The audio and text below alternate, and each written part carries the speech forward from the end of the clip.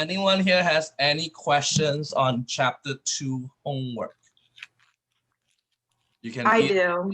Okay. I have it was 2.1 question number 7, and then there was a really similar one on number 9. Okay. And I just like could not get it. Okay, it's fine. Besides 7 and 9 on 2.1, anyone, you can either say it out loud or you can type it in the chat room to say the section 2 point something and what question like what Gina just did just now.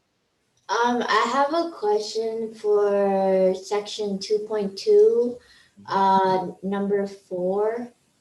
Okay. Anyone else? Okay. If you do, just voice out because or type in the chat room. And again, I'm not watching the chat room that often, so if I didn't answer the question, make sure you let me know. Okay, because so let's start with 2.179, 7 and 9. So question 7.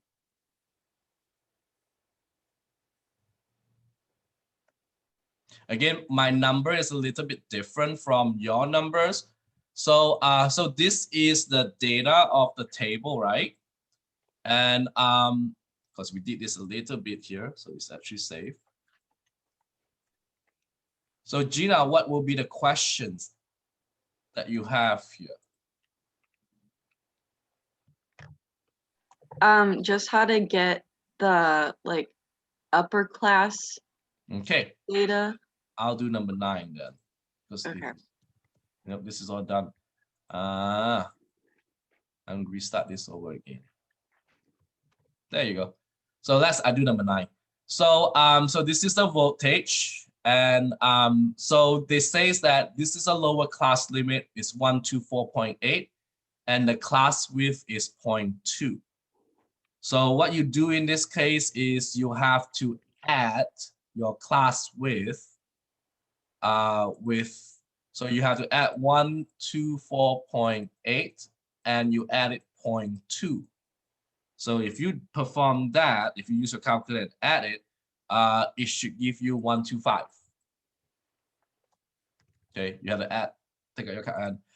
Where you put this 125, if you remember the definitions of class width is the difference between 2 consecutive lower class limit.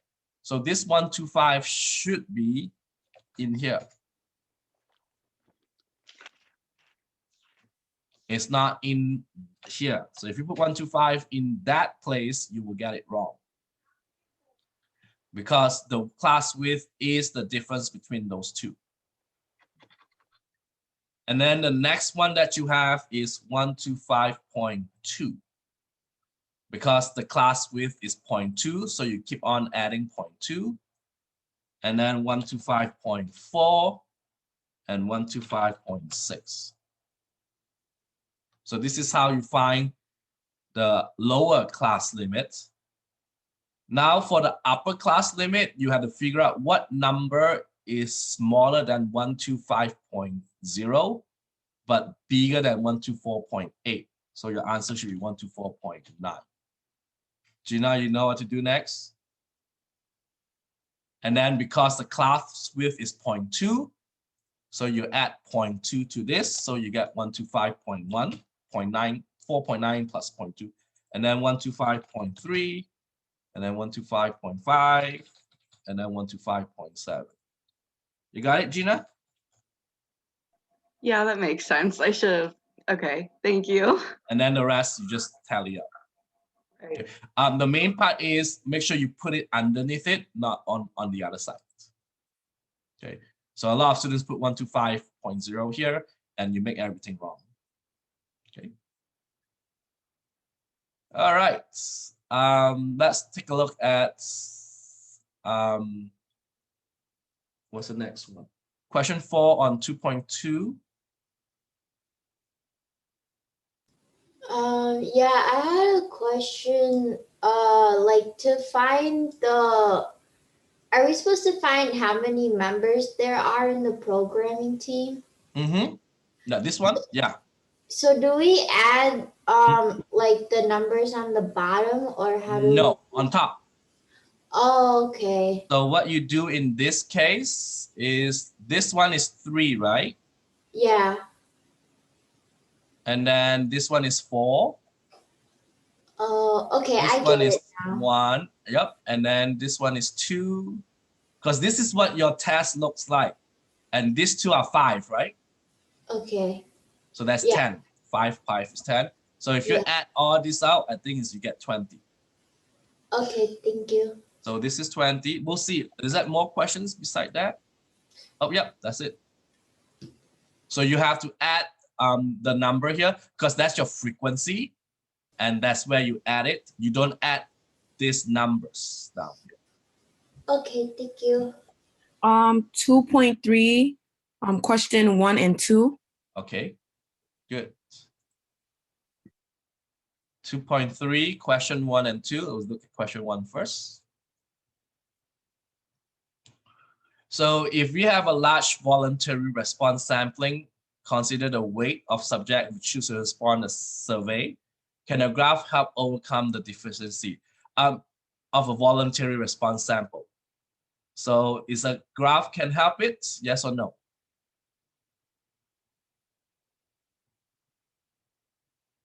You said, can a graph have what? Can you have a graph? Can you graph this case? If you ask, let's say I ask you guys in the internet, you guys sometimes see the YouTube asking for survey, right? That is called a voluntary response sample. That means you voluntarily give during the survey. So can a graph help to overcome this problem? No. No, the graph cannot help it because when you do a voluntary response sample, it's a bad sample. It has bias. Okay, right. So that's why your answer will be A in this case. No, you cannot use it because the sample is a bad sample. Okay.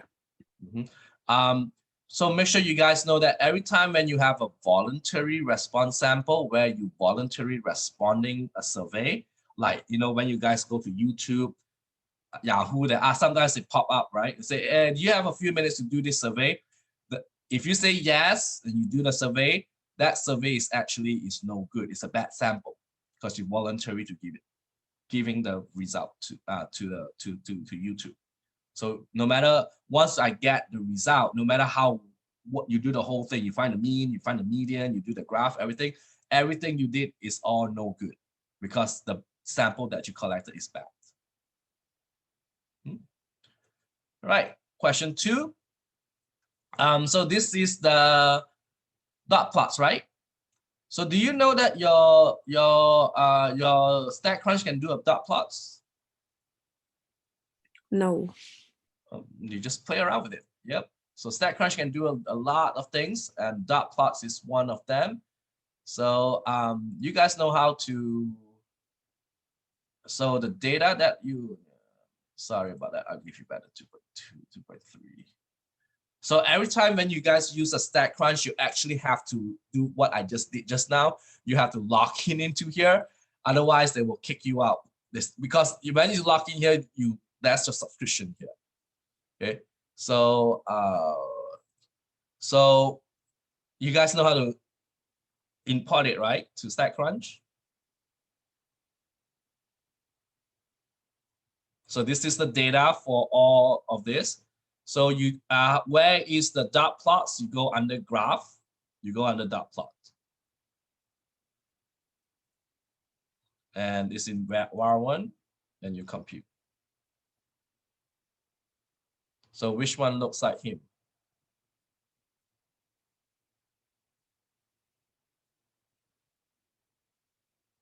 A, right? Yeah. Yep. So make sure you know that. Go to graph and go to dot plots. That's how you create dot plots. Okay. And then the question is asking is, do we have any outliers? So let's look at the dot plots that you have just now. Yeah, it's 50. Very good. So this is not outlier. So that means the 50 is an outlier. So this one is an outlier. Okay, so when I went to the graph and it said error, am I supposed to do something else after that? You have to You have to select select the var one. var1 Yeah, it says var1 right now. and you hit compute. Do you have your data here? My data. Yeah, no data, no, definitely give you error. Um, You have to click on this and go to StatCrunch. Open in Yep, I did StatCrunch. that. So you have data on var1, right? Here, give me a sec here. If So you have yeah, I see data. I see like 85, these- 70. So you go to stat, go to graph, go to graph, go to dot plot, Okay. and then select var1, and then compute. Hold on. It's already okay. You know what? I think I need to click it. Okay. So yeah, make sure you click var1. So when you click var1, it should have a little thing on the side. Yep, I got it. You got it? Okay. Mhm. And 50 is the outlier because a little dot on that side. Yeah. You guys all right? Can your graph, can your StatCrunch do stem and leaf? Yes. So again, because this one you doesn't have to, so you actually have to enter the data here. So actually you cannot import it. So you do 67, 7. I just put it in var2 now. So I have to actually enter all this number in there. Okay. And then you go to graph, and that should be called stem and leaf. Do you see that? Okay. Yep. And then var2, because I put in var2 now, and you hit compute, and you guys get the stem and leaf.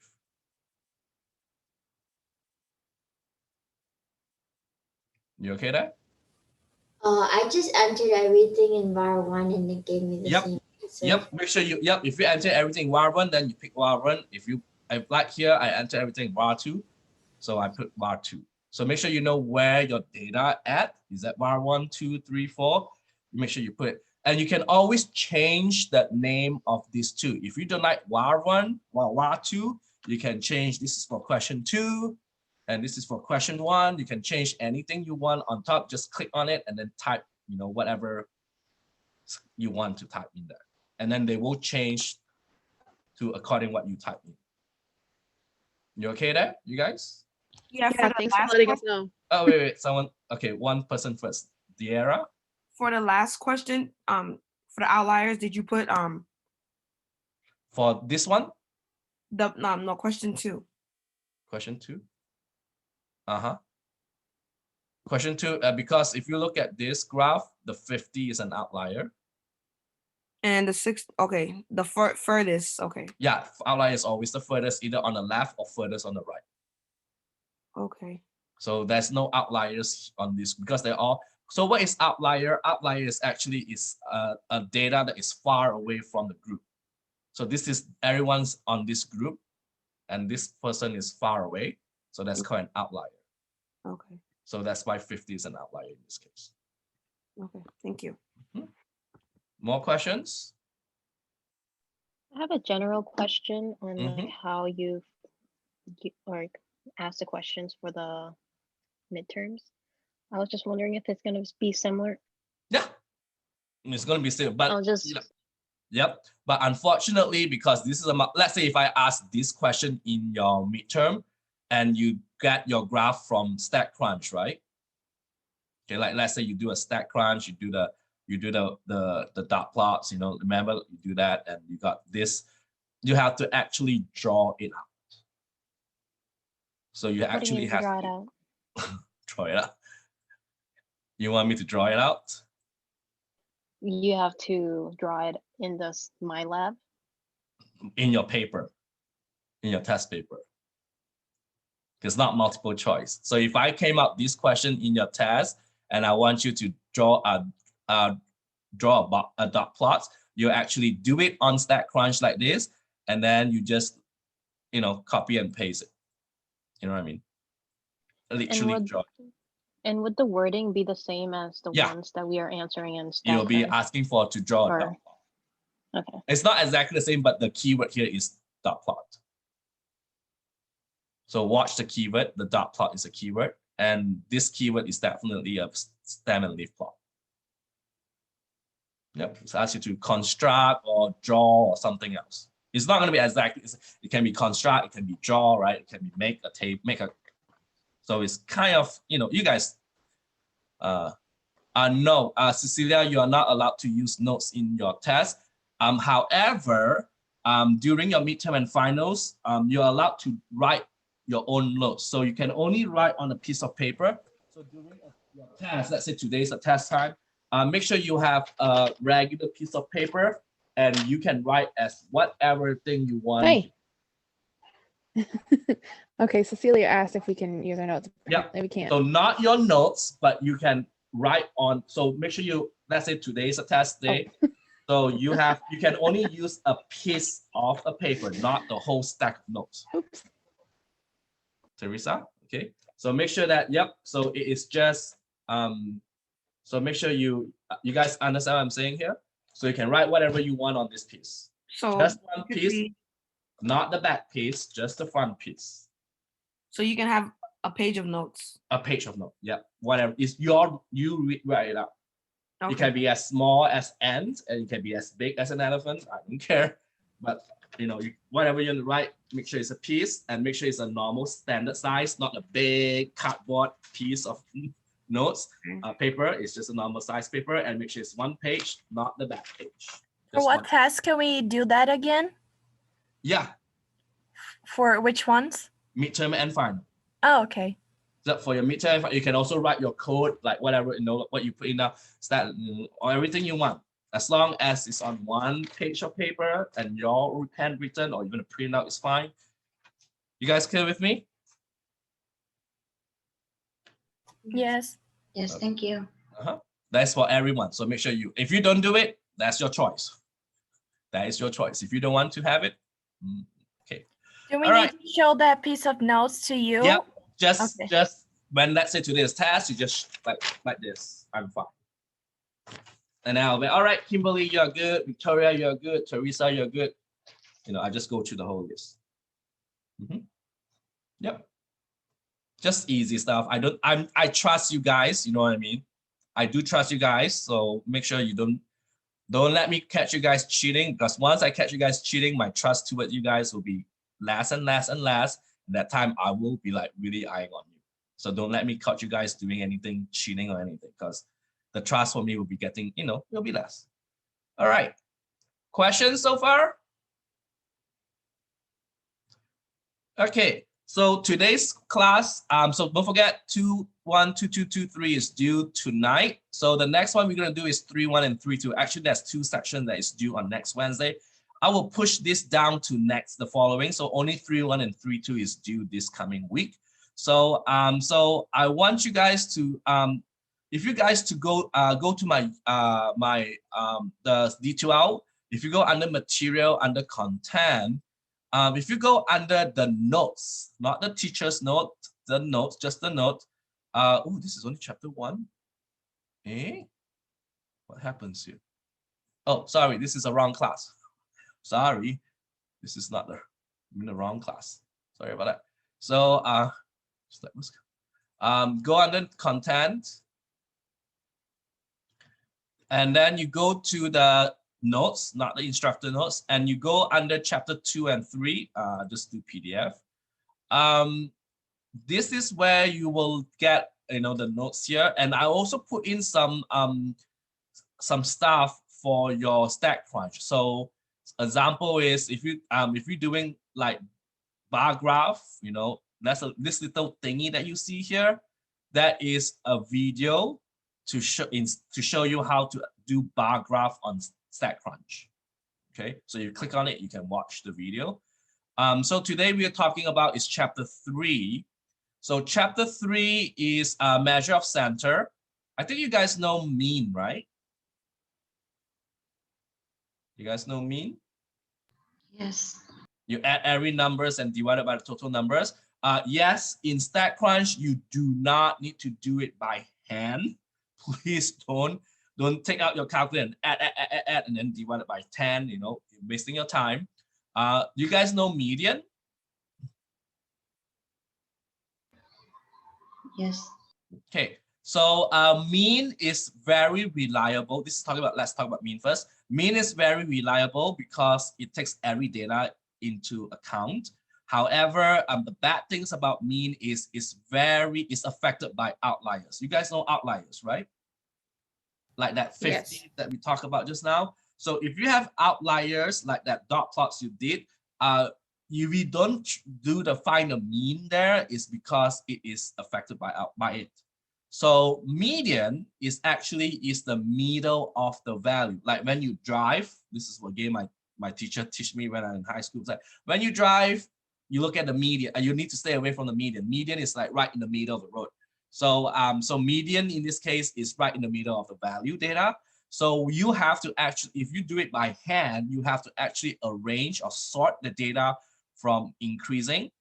And then after that, you figure out where is the middle value. So example is if you want to find median. So if you have like 1, 2, 3, 4, if you already sorted this from low to high, if you have odd numbers, the median is right in the middle. If you have even numbers, like 6, let's say 6 numbers, then the median is the middle of these 2 numbers.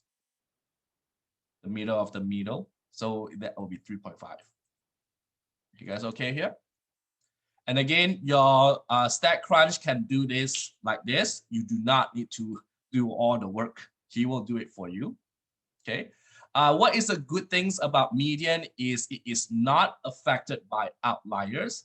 The only bad news is the median, you don't use all the data, you just do use the middle data. So not every data is accounted for. So if you have outliers, we will report the median. We will not report the mean. You guys all right?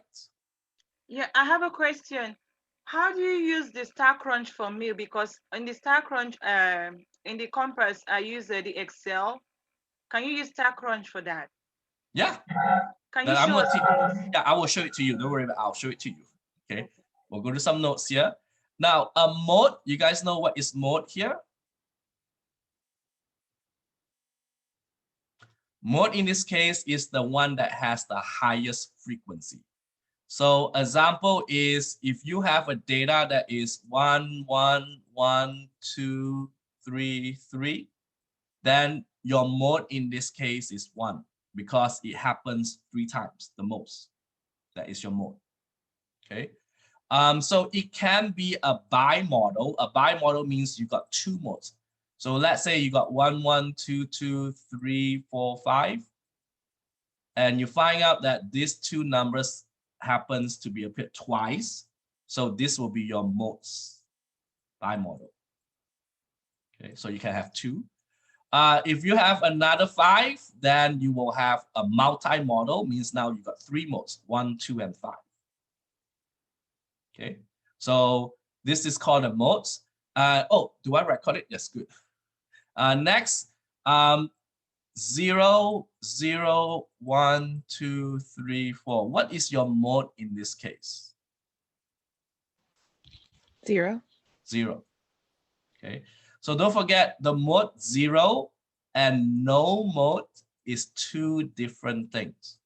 Okay, mode is 0 and no mode are 2 different things. What do you mean by if you have no mode? A no mode is when you will do, 1, 2, 3, 4, 5. This is considered no mode. A no mode means that the number does not repeat itself. No. Or if you repeat everything the same frequency. So like this, 1, 1, 2, 2, 3, 3. They all repeat twice. So this is considered no mode. You guys got what I'm saying here? Okay. In StatCrunch, the mode is not being used or highlight. Remember last time when you guys do the dot plots, you had to select bar 1 and bar 2. Unfortunately, when you do this in StatCrunch, you actually have to select mode. And the downfall about this is when you select this mode, they only can able to find if your mode is one mode like what we did here. If your mode is one mode like this, then your StatCrunch will show. But if it's a multi-modes or bi-modes, they will just say multi-modes. They don't tell you what is the mode in this case. So this is something that I will strongly suggest you guys, if you guys are writing something on a piece of paper for your test. So in order for you to have a multi-model in your data for StatCrunch, what do you need to do here is first you have to import your data into the spreadsheet, right? And then you go to stats, table, and frequency. I will show it to you how to do this, don't worry about that. And then you order by count, descend, and compute, and hit cancel. I will show you how to do this, so don't worry about that. This is just something I will definitely tell you what to do. Okay. And then the last thing we need to do is the mid-range. Mid-range in this case is where you take the minimum and the maximum, you add it up, divided by 2. And again, your StatCrunch do not find mid-range, but your StatCrunch give you the minimum and they will give you the maximum. So you actually have to calculate your own by adding up and divide by 2. So I say you have to memorize this formula for your test. So every time when you see this instructor notes, when you see memorize this formula, it means please either memorize it or put it on the piece of paper for when you bring it to the test. Okay, so this is the mid-range. So a lot of students get confused between a mid-range and a median. So please don't get it confused. Okay, so rounding. This is something a lot of students ask me. Rounding, usually, if you want to ask me what is a rounding, the safe way is to round 2 to 3 decimal places. But in your homework, they will tell you how many decimal places you round. Okay, so now I'll show you how to do it in StatCrunch. So this is on 3.1. Let's see your homework here. So just read through this. So I will show you how to, okay, this one. So this question wants you to find mean, median, mode, and mid-range, and then answer the question. These numbers are actually is a jersey numbers of 11 players that is in the sport team. So as you guys know that when you guys in sports, you wear a jersey and they have a number behind them, and these are all the numbers. So you want to find all these mean, median, mode. So what you do here is you click on this, open in StatCrunch. Okay, as usual. Now, again, I use var1 here. So what you do here is you go under stats, you go under summary stats, and you go to column. Okay, so let you guys absorb this now. So you'll be doing this in the whole chapter 3. So go under stats, go under summary stats, go under column. Okay, and don't forget, column is var1, row is 1, 2, 3, 4, 5. So we do column. You guys with me here? Yeah. And then don't forget to press the var1, because if you don't do var1 is no good. And if you want mode, this is, if you scroll down this list, this is a list that will be given to you, but mode is not in there. They got mean, they got median, mode is not in there, so you have to add it to it. So how do you add it? You go all the way down, and there is a mode at the end. You see that? So click on it. Oops, sorry, actually you have to click. So click. Okay, hit the control. So shift click, sorry, shift. So you just highlight. So if you want to find mean, what do you need to find something? Median, control it, sorry, control mean, median, and mode, right? So mean, median, mode, and then you hit compute. Okay, so the mean in this case is how you make it bigger, control plus. So your mean in this case is 40 point. Can you guys see this? I'm so sorry, it's a bit small here. So the mean is 40 point. See, this question wants you in 1 decimal. What is 1 decimal place for this mean? 40.8. And your median is 44. And your modes is a no mode. So you have no mode. Okay. Next, you have to find the mid-range. The mid-range is using maximum and minimum. So now we need to figure out what is the maximum and minimum here. So what you do is you go to your option, go to edit. Edit means that you want to change something. You still use var1, but I don't want mean median mode. I want max and mean. So you got max and mean. And you hit compute. So the max is 84 and the mean is 1. So in order for you to find the mid-range, you have to add this number and divide it by 2. So 1 Could you go back? Are you using the same, the stats Yep. and the Yep, you go option. Oh, So you go under Well, option and then okay, add. okay. So what is option edit? Option edit means that you still use back the same data, but now I want different types of statistics. Okay. So I just pick mean and max because otherwise you can do like everything. Control A. So when you do Control A, they'll give you everything. See that? Yep, thank you. They give you everything, but don't forget we are not using everything. So right now we just layers, and then later on we probably will use almost 80% of all this. So I would recommend you to, if you want, just click Control A and do everything. So right now we're talking about, so you make sure you pick the mean, the median, the range later on, the mean and max, this is right here, and then the mode is all the way to the end. So to find mid-range, you have to add these two numbers and divide by 2. So your answer is 42.5. I'm sorry, Professor. I kind of missed how we got to the median. Oh, I'll show it to you one more time. Yes, please. So you go to stats. Oh, sorry, yep, stat, summary stat, column, right? So click the var1. And then under this statistic, you hit Control A. Control A. And Control A stands for all. Control all means everything. So everything in this will be posted in here, and then you hit compute. So your mode is in the end. Your mean. So once you press Control A. Control and A. Okay. You got everything now. So I will recommend do this because then you do not need to like select, because we will be using all this later on in chapter 3, the whole chapter 3. Yeah. You guys got all this? Yes. Okay. Mode is on the very end, median is in the middle somewhere here, and mean is here. And again, they don't give you mid-range, you have to add it up and divide by 2, the mean and max. Questions? Now, once you finish this, because you're gonna do one for me, actually. So what do the result tell us? So this is the Jersey numbers, right?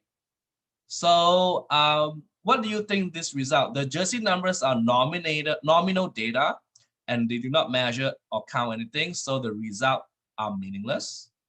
The mid-range gave an average Jersey number, while the mean and median give 2 different interpretations. The mean and median give 2 different interpretations, while the mid-range shows a possible Jersey number. Since 11 is where, since only 11 Jersey in this sample, the statistic is meaningless. So which one you want to do in this case? A, B, C, or D? Now, your answer in this case is A, is because that Jersey number is just what we call as a number, is meaningless. It's like your cell phone number or your zip code or your social security numbers. I can find the mean of your zip code. If you give me the zip code, I can do it. But mean, median, mode, finding that is useless because those is what we call as nominal data, means that it doesn't count for anything. So that's why what you're doing here is redundant. So if you do a project and your project is talking about these Jersey numbers for Vikings team, and you get all these Vikings numbers, team numbers, and you find the mean, median, mode, and mid-range of it, I will tell you, you're wasting your time there because the results that you get is useless. Okay, all right, you guys, all right? Now, you guys gonna do this. So, You guys have your have your StatCrunch, right? Can you guys do question 3 now on your own? It's a different number. Don't look at me because this is a different number. I want you guys to try question 3 now. Your question 3, not my question 3, because you're not my number. This is now is 11 plate. The weight, how heavy is this? I think it's going to be a football players. So go to copy, open in StatCrunch, and then go to stats, go to summary stats, go to column, select var1, and then down on statistic, click on the N and then Control A. You will see everything pop up and hit compute. Everyone, please do so because it's hard to, I cannot check your screen. And then put down the mean, the median, the mode in here based on your StatCrunch result.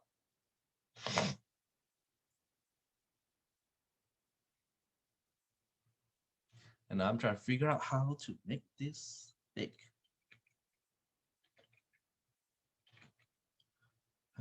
Control plus. Sorry. Anyone know how to make your font bigger? Oh, this is Zoom. Oh, there you go. I found it. There. I got it. So you guys can see it.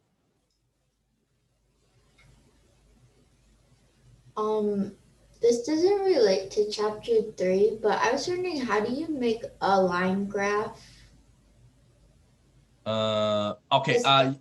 I don't think so. Your StatCrunch can make a line graph. Oh, okay. So a line graph is a polygon graph, right? Yeah. So you can only, your StatCrunch can only make a histogram. Oh. And then once you look at the histogram, let's say you want to do a histogram of this data. So you got a histogram. So your line graph will be looks, you just put all, take the middle point and then you draw a line downwards to the middle. So I will show it to you. So if you have a, if you want to draw a line graph, you actually, your StatCrunch doesn't have it. So let's say you have something like this. Your StatCrunch do histogram. So you got a histogram like this, sorry, bad, like this. So your line graph will look something like this one. Sorry, let me get my color. So you pick the middle, the midpoint of all this. Don't forget that this is 0.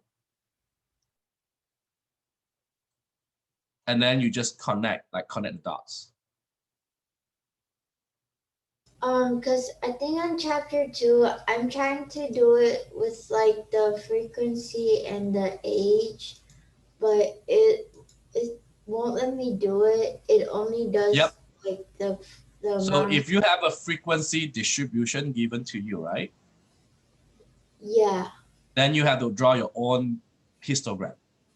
Oh, okay. So if this is like 10 to 15 and you got 3, let's say. So this is 10 to 15. This is 3.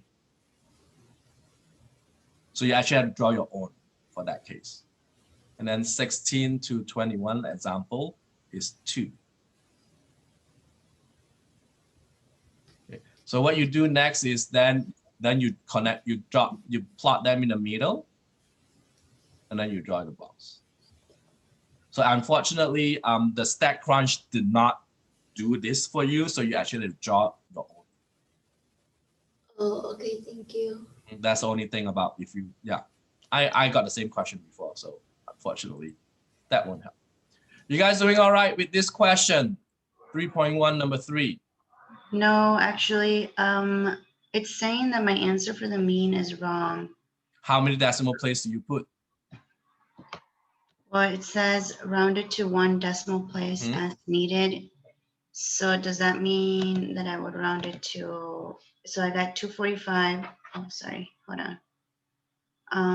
245.727, and I put 245.73. One decimal place would be 2.5.7. One decimal place is, it says 245.273. This is what you get. It's 225. 245.272. Who was this one? Can someone, who is that one? Is that, can you say it again? 245.727. 727. Mm-hmm. And you need one decimal place. That was going to be what? 245. 0.77. Well, that is 2 decimal place. Your answer is 245.7. Okay. This is the 1 decimal place. So that means you have problem with rounding. That's there. Okay, okay. This is a 1 decimal place, and you look at this number. This number is too small to round, so up. So it's you cannot round up. So it's 245.7. Okay, sorry, I was just confused for a second. Okay, thank you. You guys doing all right? For again, mid-range is not given to you. Make sure you take the mean plus the maximum divided by 2. So Professor, I've already done mine, but I have different data, so. Oh yeah, everyone has different data. Okay, all right. Because if everyone is the same, then you just do it and you just copy. Hey, what is that? Oh, 245.7. I put 245.7. You don't do any work. Okay, all right. Everyone has different data. All right. You are correct. Yep. No one has maybe that 1, 2 of you have the same data, but I can tell because you guys cannot cheat. You guys good? No, everyone has different answers. I can tell you that. Okay. I have a question. How do I find the mode? Ravina, again, go to the OpenStack Crunch, right? Yeah. Do you do Control A? I got my, yep, I have that. And then you go var, right? Mm-hmm. Do you go down here and click Control A? The mode is at the very end. Oh, okay. The mode is at the end there, the last one. Okay. Now, thank you. Now, this is the one that I will point out to you. Do you guys have multiple modes? Yes. Okay, good. Good. So this is the part that I will teach you. Good. So you guys have multiple mode for this one, right? This is a bit too quick now. So, so this is what happens. Yeah, if you do mode, if you they will want you to. If you put multiple mode, they ask you round. So this is what you need to do here. So go to my notes in D2L. This one. So this is what I'm going to tell you here. Okay. So let's follow here. Where was it? Right here. So now because your mode is a multiple modes, so you have to do this case. So this is for multi-model. That means your that's where it says. So you go to stat tables frequency. So you go to stat, go to table, go to frequency. Okay, you guys see that? So this is only happens when you have multi-model or multiple modes. Okay, select Varun. Okay, and then here you see the order. Okay, count ascent. Descent, sorry, count descent. Yep. So hit order here, count descent. You guys following? And compute. So you see these two numbers? That is your modes here. So your modes in this case is 210 and 256 because that is the two highest frequency. Let me repeat again. You go to stats and you go, you go to data. Yep. Sorry. Where was that? Where was it at? Oh, sorry. Go to stats. Yeah. Go to tables. Go to frequency. Sorry. Stat tables frequency. Click on it. Again, click Varun here. Go to the value ascent. Go to count descent. Sorry. And then compute. So these two numbers is your modes. 210, and 256. You guys all right? Yes, but my answer is saying that it's not right. Can you, who was this? I'm sorry. This is Cecilia. It Okay. just says, You have to share the screen. oh, okay. Yep. Then I know what's going on. So just click Okay. share the screen. Yep. Mhm. Your correct answer. Yep. Yep. It's fine. Yep. Okay. Go. Is it Click because OK. of the comma or something? Nope. Go to your, yep, go, where is your StatCrunch? Yep, yep. It's 180 and 279, right? Mm-hmm. Can you go back to your work, to your, okay, click, just go to your answer, go to the, yep, click on it, yep. You answer 189. Oh my God. Okay. You Okay. type wrongly. Yep. Your answer should be 180 based on the data that you have. Based on that, the Okay. StatCrunch is 180, right? And 279. My Yeah, mistake. you just type in the wrong number. Okay. Thank you. So make sure you guys type in the correct number. You guys all right here? Professor, can you go over outliers again? Outliers are numbers that is far away from the rest of the data. So an outlier can be only found if you draw a histogram or draw a box, a dot plots in your graph. So if I draw a histogram on this, for example, this will probably be an outlier on this side. Thank you. So outlier is where the data are far away from the rest of it. So mostly all of people data is here, but these two are kind of far away from them. Maybe, so those are the outliers. So make sure you know the meaning of outliers. All right, the rest of them is almost the same. Like if you go on question 4, question 5, they're all asking the same thing. Okay, find the median, mode, and mid-range. Question 7, this one, they have 2. So you actually have to find everything in, you have to do it twice. So, so for question 7 here, you have to, again, open in StatCrunch. Now you got male and female, so you have to actually do the male one first, and then after that you do the female one. So you go to stat, you go to summary stat, and you go to column. You can actually select both of this by doing Control A, and then you Control A everything here, and you compute. So you will be doing the male. So make sure you know the first one is male, the second one is female. The mode is good because there's not multiple modes here. Let me repeat again. How do we do the question 7? If you have 2, if you want to find the mean for male and the mean for female, is you go to stat, go to summary stat, go to column, the same thing. But this time, last time you only select 1, but this time you will select 2. So you Control A. Now you got 2 in the column here, and then Control A in the statistic, and then compute, and you got the mean. Everything from male and female here. You guys all right?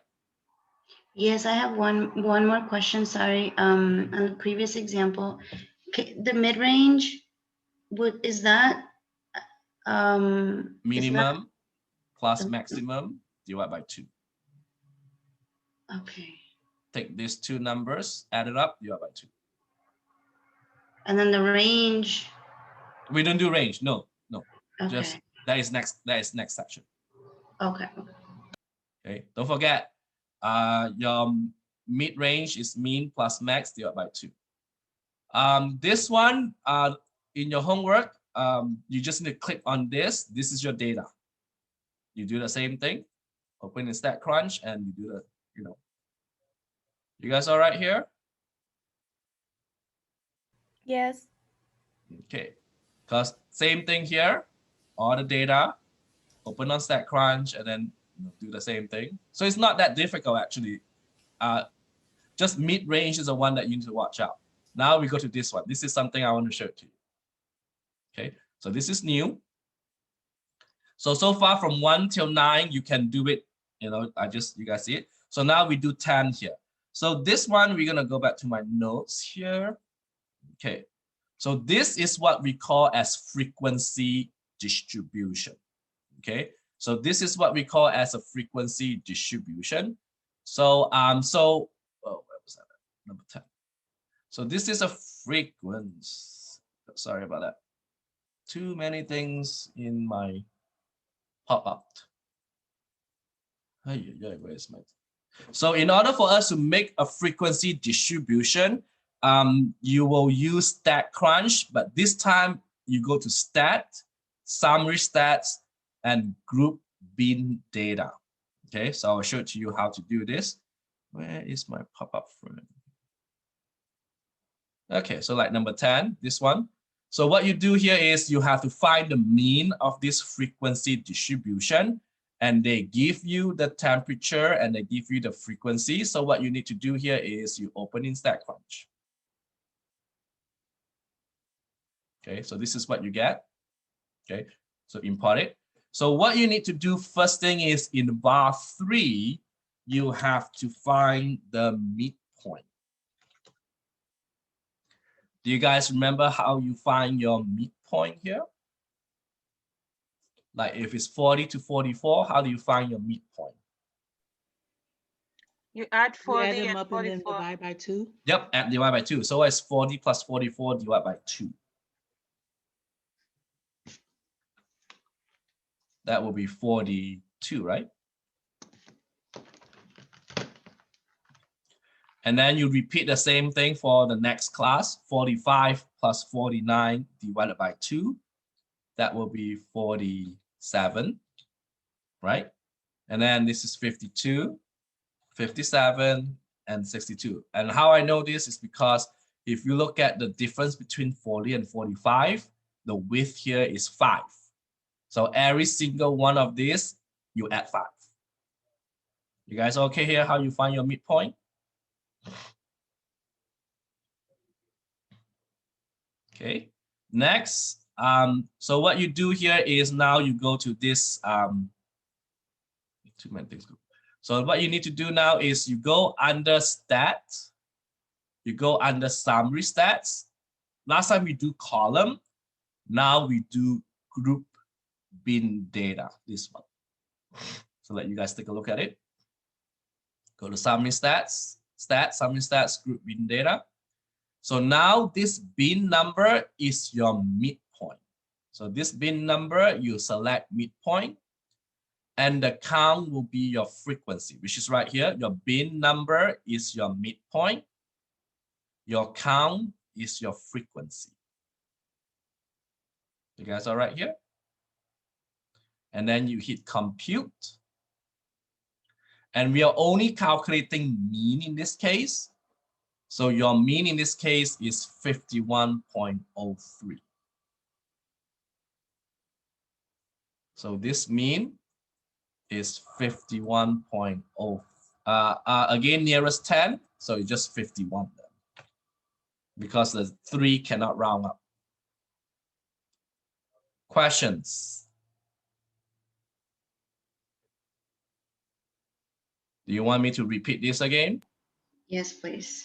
Okay, and again, class, this is all recorded, so I would recommend you guys to go back and watch it if you need help.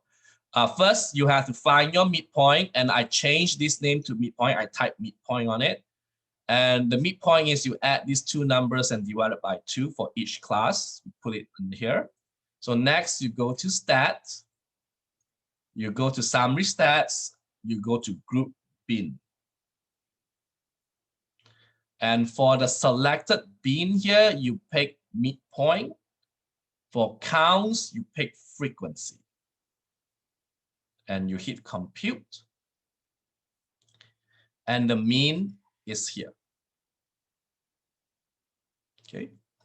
So, so this is how you find what we call as a computed mean, 51 degrees for a frequency distribution here.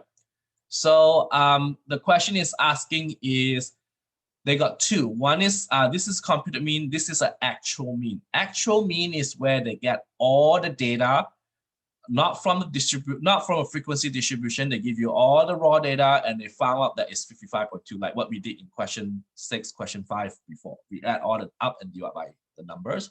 So the question is asking us is these two close? Are they very close? Are they close or not close? So this is something you guys need to know, and this is very important. So how do we figure out if it's close or not? Okay, so this is and we use the 5%. So we figure out the 5%, and again, the 5% come from statistical significance. So if you have less than or equal to 5%, then yes, they are close. You can say yes, they are close. But if it's more than 5%, they are not close. Okay. So the question is, how do we compute this percent? Is you take the difference between the actual with the computed one, the one that you find, divided by your actual. So for this case, you find what is the difference between the 55.2, that is your actual, with the computed one, 51, over by 55.2, because that is your actual. So this is one of the formulas that you need to know in order for you, again, put in your the little table, and then you multiply this by 100, because every time you change everything to percent, you have to multiply by 100%. So now you take out your calculator and figure this number out. So 55.2 subtract 51, and then divide this by 55.2, multiply by 100. So this is actually 7.6%. And since this is 7.6%, is that less than or more than 5%? More. So that means your answer will be, it is not close. So for this case, your answer will be the computed mean is not close. So it's either A or C, because it's not close, because it is more than 5%. Because every time when it's not close, it is more than 5%. So your answer in this case will be A. So again, class, this is very important if you want to figure out if two numbers are close to each other. You actually have to do some math work, which is called the difference over by the actual. And you have to do some calculation. And if it's less than or equal to 5%, it's always 5% because of the statistically significant is close. Otherwise, it's not close.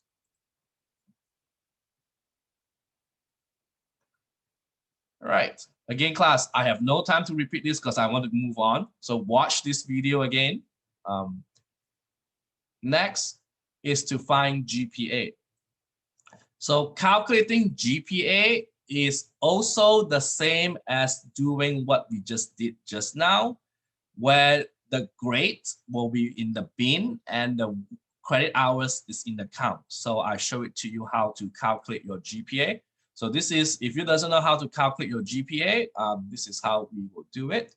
So for this question, don't forget A is 4 points, B is 3 points, C is 2, D is 1, and F is 0. So you will have to have a credit hours,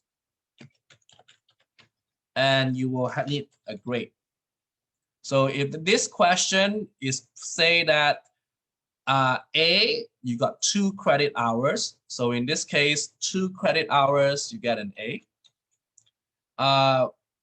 B in 3 credits. So in this case, you will get 3, 3, 3, and all of this you get B, B, B. So this is the meaning when I say 3 credits, means you got 3 of these 3 credits, and all of them you get B. And then you got a 3 credit hours for, and you get a C here. And then a 4 credit hours, you get a D. Okay, so this is how you put it down in StatCrunch. credit hours and grade. Credit hours is this 2, 3, 3, 3, 4, based on the credit hours you have. And then grade is the ABCD. And then you have to change all this grade into numbers, because A is a 4 point, a B is a 3 point, a C is a 2, and a D is 1. Okay, so this is what you do is translate this into your into StatCrunch. And then next, what we do is the same thing we did using that, using the what we have, using the midpoint just now, is you go to the stats, go to summary stats, go to group bean as usual. Okay, now the bean, if you look at the notes, the bean is your grade. So if you have here, your bean is your grade and your count is your credit hour. Again, you compute, and the mean, again, you look at the mean, just the mean, the rest ignore it. The mean is 2.5. So the mean here is 2.5, or we call it as your GPA. So this is how you calculate your GPA in this case. So you do need to have to enter your credit hours here, and you have to enter your grade here based on this result. And then you have to go on using this summary stats group bean for this case. So I would really suggest, that's the reason why I let you guys use a piece of paper, because this piece of paper have a lot of things you need to write on. And one of them is this one. Questions? Yes, I kind of missed how, did you just start entering the data in stats? Yeah, in StatCrunch, yep. You have to enter this. But the previous data had nothing to do with it. Yep, because I picked, Okay. I just, these are all the columns. So when I calculate things, I just pick the columns I want. Oh, got it. So like here, I can pick all this, but in this case, I just pick credit hours and grade here and credit hours there. Okay. You can have as many, it's just like Excel, you can have any more columns, but we only concentrate on this. Or you can start a fresh one and just do this too. It's up to you. Okay. So this is all from 3.1. Okay. So this is called a measure of center. So 3.2, and again, I have notes. So now we're going to go on 3.2. So in 3.2, it's called a measures of variation. So we will do range, which is the difference between maximum and minimum, and is sensitive to outliers, means it is affected by outliers. Standard deviation is how much the data values deviate from the mean. Okay, so the standard deviation, what is standard deviation? Again, this is all StatCrunch will calculate for you. You do not need to memorize the formula. So what is a standard deviation? Don't you take the average of the top numbers and the average of the highest numbers? And nope. Good try, but no, Linda. Okay. So let's say that you got data 0, 1, 2, 3, 4, 5. Okay. Standard deviation is the variation of the data if you compare it with the mean. So standard deviation actually, in order for you to find the standard deviation, you actually need to find the mean first. Okay. So what do I do here is I find the mean of these 5 numbers. So I just add it up and divide it by 5, and the mean is 2. Okay.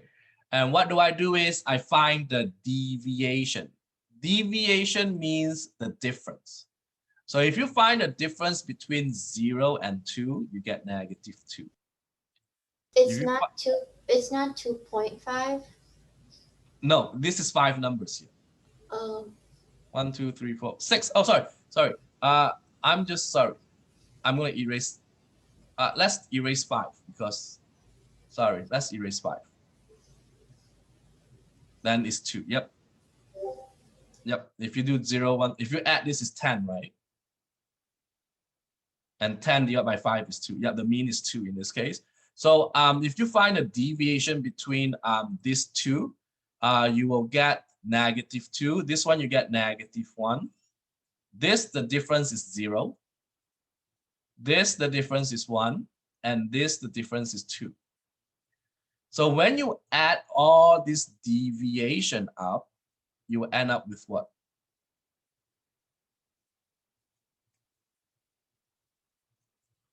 You end up with 0. Okay, and it is true. So no matter how many data that you have, and you find the mean, and you figure out the deviation between each of these numbers with the mean, you add them up, it always equals to 0. The reason why is because the negative will cancel out with the positive all the time. So for us, in order for us to not gonna get this add up to become 0, so we will square them. We will square every single one, because every time when you square something, you won't get 0 anymore. So this is what standard deviation do. So when you square this, you get 4. And then you square that, it become 1. That will become 0 if you square it. And this become 1, this is become 4. And then you add it up. So the addition of all this will become 10. So the formula, if I give you the formula for standard deviation, is you add up the value data, the difference between the value, the deviation, and the mean, you square it, and you over by n-1, and then you take the square root of it.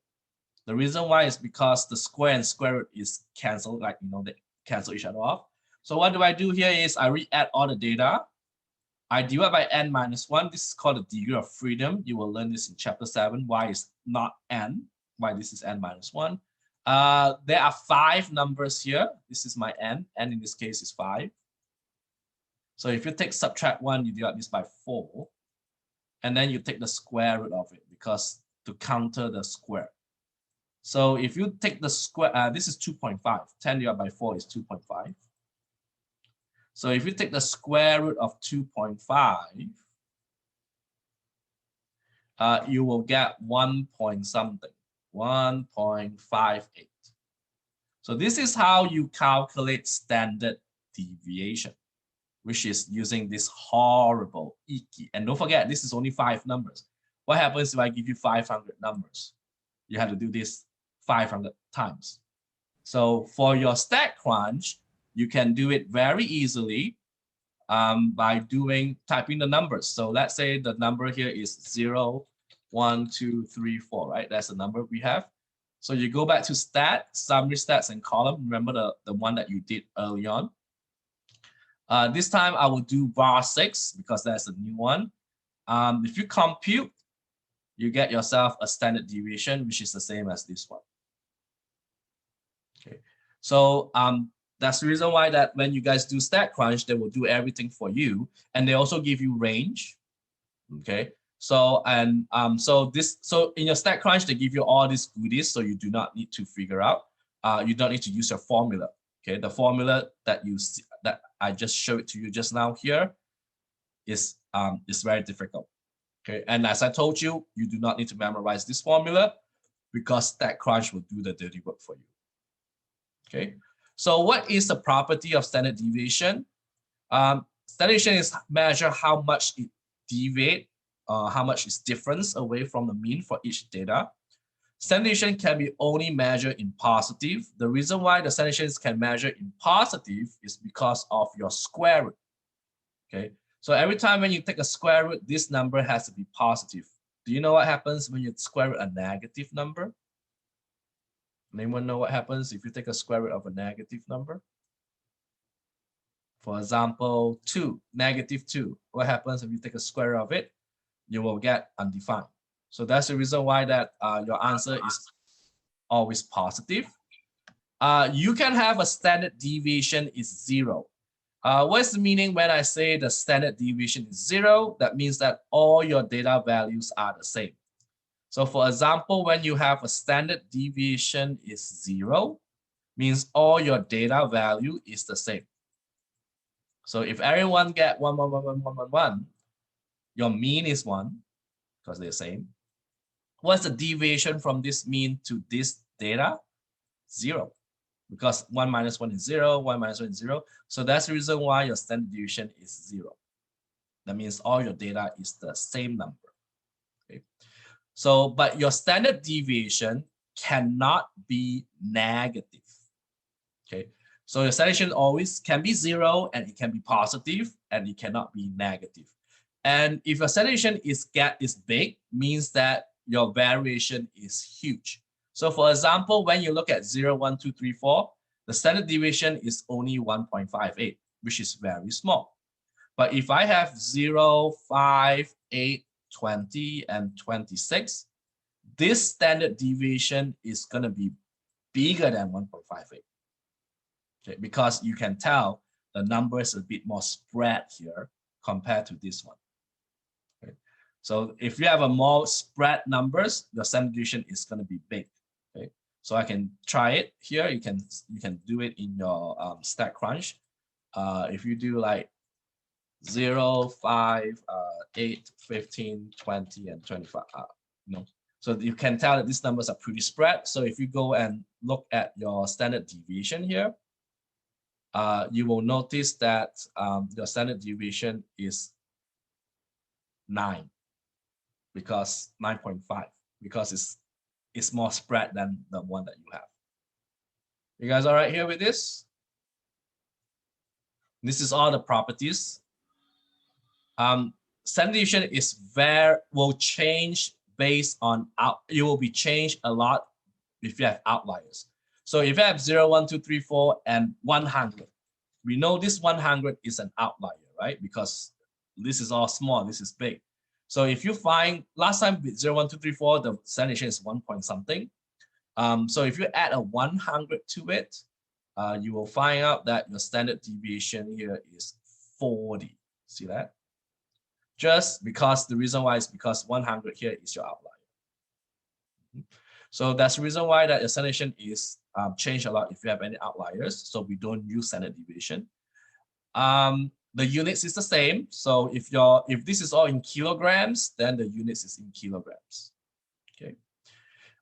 So if you look at your homework to do the standard this 3.2. It's all about, so it's mostly they ask you the same type of questions, but now it's going to be using standard deviation, range, and I will do this later on. So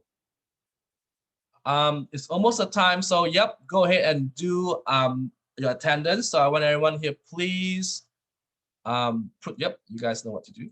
Attendance. Yep, you guys go ahead and do your attendance.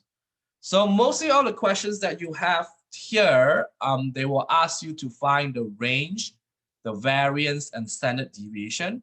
So what is a variance? A variance is actually the square of standard deviation. Where is my note here? So a variance is the square of a standard deviation. So you just take your standard deviation and you square it, you got your variance. It has the same property of variance, standard deviation in this case. So I want to point out to you here is when you do your homework on 3.2, so when they ask you to find all this range, variance, standard deviation, again, this is a jersey. So you go open in StatCrunch, and then again, you go to stat, you go to summary stat, you go to column, select the var one. If you want, you can do Control A again because you will do everything. So the range is given us by here, 86. So it's kind of the same work, but now you look at different statistic. Then sample standard deviation. Standard deviation in StatCrunch is STD-DEV. This is a standard deviation. In one decimal place is 31.6. Okay, and the variance is the one next to it, which is 1000.5 because 49 is close to 5. Okay, and this is the same thing as before because this is a jersey. so they are nominal, so it's meaningless. Okay, so this so mostly when you did, if you know the 3.1, the questions, the 3.2 is almost the same because they're asking the same thing. It's just because this is all about Jersey. So mostly in 3.2, you are just looking at if you use StatCrunch, you'll be looking at the range now, the standard deviation, not the standard error, standard deviation, and the variance in this case. Okay. So if you look at question 2, it says that you pick 10 people and the sanitation is 11.1073 kilograms. You have to find the variance of this. So how do you find the variance if I give you the standard deviation? The note says that the variance is the square of standard deviation. So what do you need to do here is you just take this number and you square it. And class, when you pick that number, you cannot round this number. You have to use all the decimals. So 11.1073, and you square it, the whole thing. Now you round this. This is 123.4 decimal place, 3721. This is 4 decimal place. And the units is special because this is kilogram. So when you do variance, since you square it, so your units will be kilogram squared. Okay. So make sure you guys, if that question gave you sanitation, you got to figure out what is the variance, you square it, and then your units is also square. Okay. What is the useful of standard deviation? One of the useful for standard deviation is to figure out outliers. Okay. So you guys remember, some of you earlier asked me how you find outliers. They draw the graph, draw the histogram, right?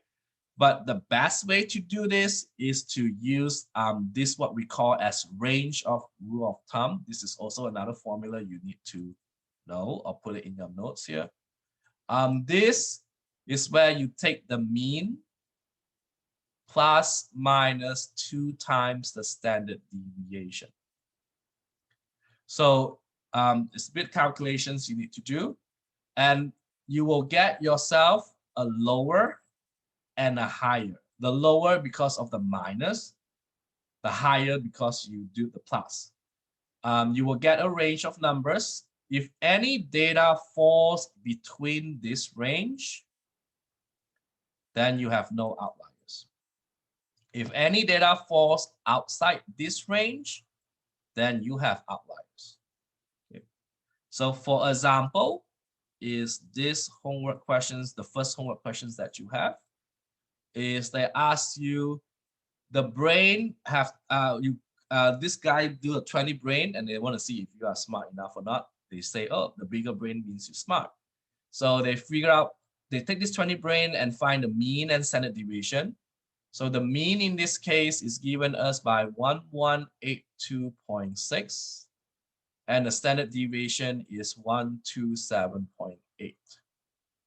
So the question is asking us to use the range of rule of thumb, which is this one, this is a formula, to figure out the significantly low, which is this one, and the significantly high, which is the other one. So how do we do this? Calculators. So in order for us to find the low one, you take the mean, 1182.6, you minus 2, low is minus, times the standard deviation, 127.8. So using your calculator, you just need to figure out what is this number is. So 1182.6 minus 2 times 127.8. So this is 927. So this is what is your significantly low.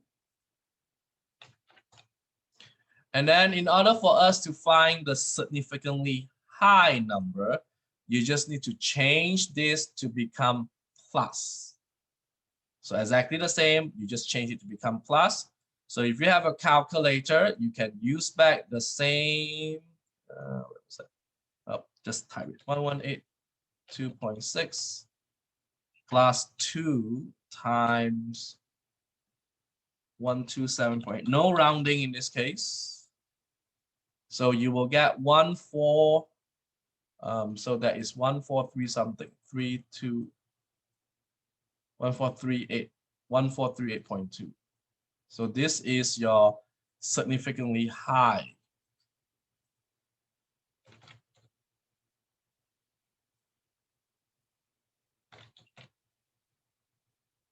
So now you got the low and the high, and they ask you, is 1408.2 a significantly high? So 1408.2. So how do you figure out this? Is figure out, is this 14802 inside this range or outside this range? If it's outside, then it is. So is 1408 in between or outside this range? In between. In between. So if it's in between, so then your answer will be no. So the answer is no, because it is in between the limits, the low and high here. Okay. But if your number is 1460.2, then your answer is yes, because if this number changes to 1460.2, then your answer is yes, because it's above the upper limit, because it's above this number. Okay, but for this case, it's no, because it's in between. So this is how we do this kind of questions, and it's very important. It's because not this formula that I show it to you is to measure outliers. So sometimes the graph, the histogram that you draw, you sometimes say, is that an outlier? Is that not an outlier? You kind of figure out, right? But if you do this, then they will tell you specifically that it is or it is not outlier. So there are a few questions on this 3.2. And how do you know we are using this formula? Read the question carefully, and they will use this word, range rule of thumb. Do you see that? So if you have any questions that ask you range rule of thumb, this one doesn't have it. This is nope, this is just yep, see, range rule of thumb, then you have to use this formula. Okay, so your homework, so this is the end of the class today. So your homework for this week is just 3.1 and 3.2, not 3.3. Okay, so your online homework for next Wednesday is only 3.1 and 3.2. In 3.2, there are a few questions that I didn't go over, which I will go over on next Wednesday. One of them is the coefficient of variation that you see over here. Okay, the coefficient of variation, and another one is the empirical rule. Okay, the empirical rule, which is the last. Actually, it's almost towards the end of it. So I do suggest you guys to watch the video. Remember, I show you that it's a video from that guy. That so if you go to the chapter 3 link here, I will post this video too. So if you watch the 3.2 video around part B and part C, because it's a big section here, they will talk to you about the empirical rule, which is here, and they will talk also about the so empirical, yeah. So it's talk about empirical rule, and they talk if they the Chebyshev, you do not need to worry about it. You can skip this. We do not use Chebyshev, so you can skip this theorem. And then they also will talk about variation. Okay, this is a formula for it. So I will talk. So what happened is that in next Wednesday, I will go through this in class. So I would recommend you to watch this video, which is going to be the last one, part C of 3.2. Okay, I will post this in D2L so you guys can watch it. So that's it for today. So if you have any questions, please let me know. If you have no questions, you may go. You have questions, please let me know. I'm